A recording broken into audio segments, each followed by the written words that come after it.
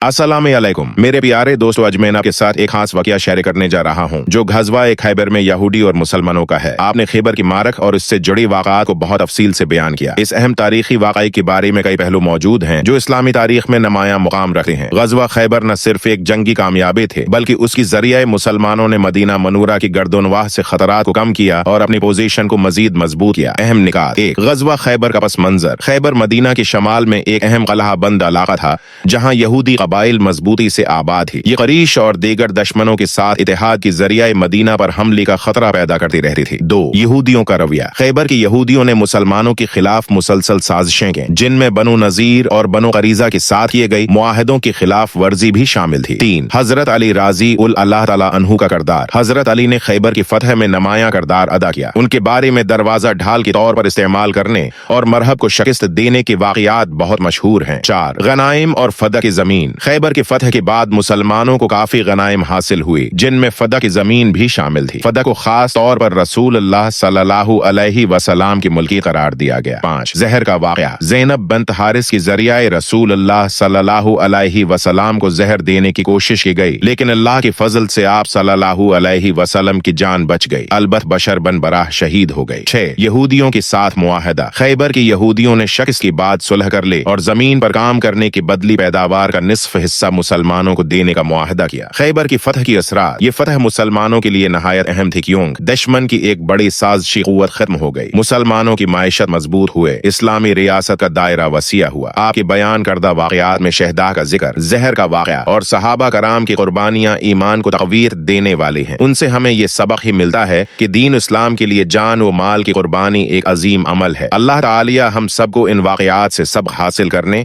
और अपने ईमान को मजबूत करने की तौफीक अता फरमाए।